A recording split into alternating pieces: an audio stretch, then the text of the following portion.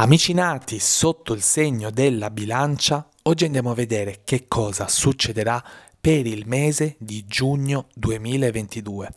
Per farlo utilizzeremo un mazzo di carte veramente fantastico. Guardate già il suo dorso, come si presenta, e davanti è ancora meglio. Grafiche eccezionali. Stiamo parlando dello Scrigno degli Oracoli, mazzo di carte che mi ha particolarmente colpito per appunto le grafiche e per la sua didascalia. Non perdo troppo tempo, inizio a mischiarle perché anche in questo caso avrò bisogno dell'ausilio di due mani, quindi vado a chiedere per i nati sotto il segno della bilancia per il mese di giugno 2022. Bilancia giugno 2022. Poi, per essere ben sicuri, vado a spezzettare il mazzo di carte in due parti e di conseguenza la stesa può avere inizio. Allora, vado a stendere le tre carte, poi le giriamo e le andiamo ad analizzare insieme. Vediamo un po' di che cosa si tratta.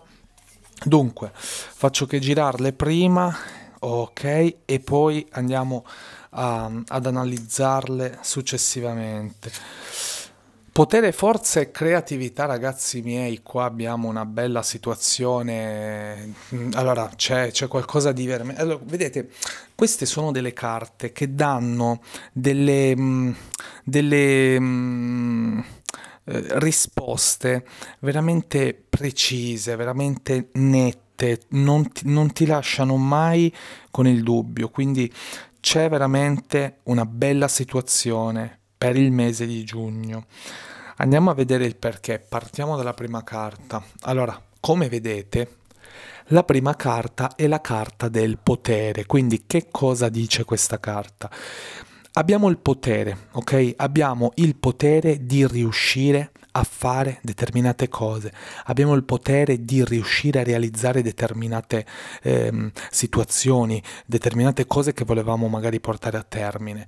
Il potere è un qualcosa di molto importante perché dice io ho il potere di raggiungere una determinata situazione sentimentale, cioè se voglio quella persona io ho il potere di attirare a me quella persona e di riuscire a realizzare una situazione una situazione sentimentale con quella persona. Ho il potere di ottenere quel lavoro, quindi ho veramente all'interno di me ho il potere di riuscire, cioè ho il potere della riuscita, e questa ovviamente è una cosa molto importante quando si cerca di realizzare qualcosa, si cerca di realizzare un amore, si cerca di realizzare un lavoro, una situazione, ok? Quindi, come vedete, abbiamo il potere, in questo caso è rappresentata da Giove, quindi una figura che riguarda ovviamente in prima persona il potere, ok?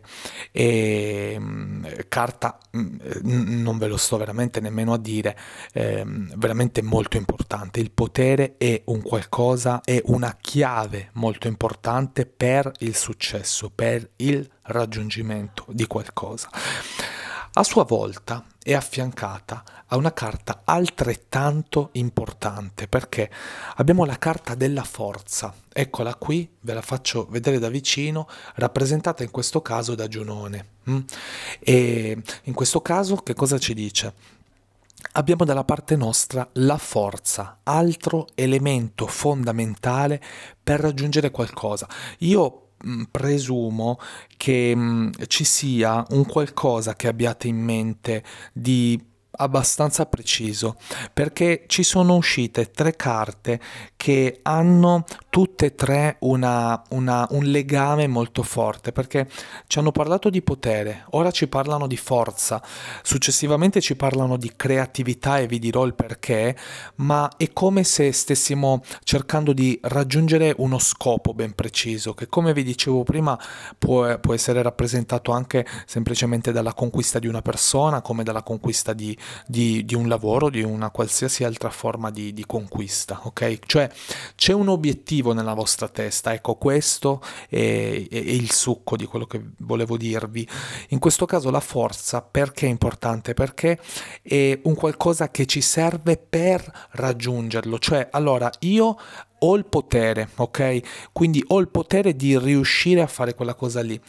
Per farla però mi serve la forza, quindi con questa forza io riesco a mettere in moto la macchina che mi porta a raggiungere quella strada che voglio.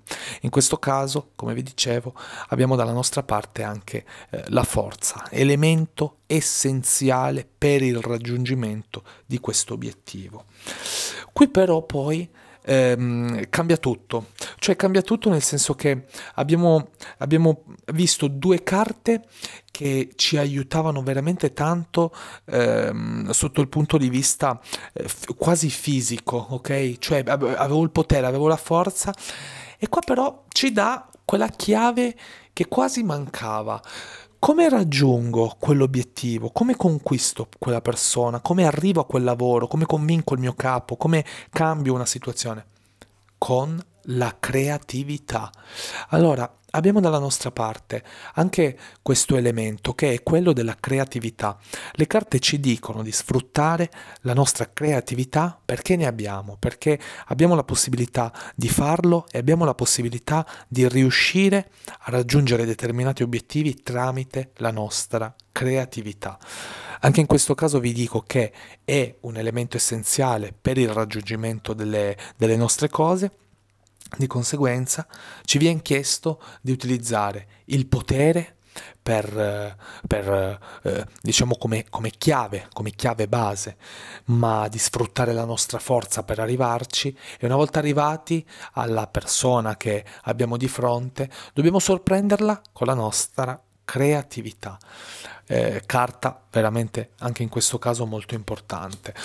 Come vi dicevo, a mio parere sono quasi veramente sicuro che nella vostra testa frulla un qualcosa che volete realizzare, che volete raggiungere, che non è ancora come veramente volevate nella vostra vita e state cercando di raggiungere questo scopo. Quindi io ovviamente ve lo auguro con tutto il cuore e le carte in questo caso ci dicono che il mese di giugno è un mese che porta dei bei risultati sotto questo aspetto.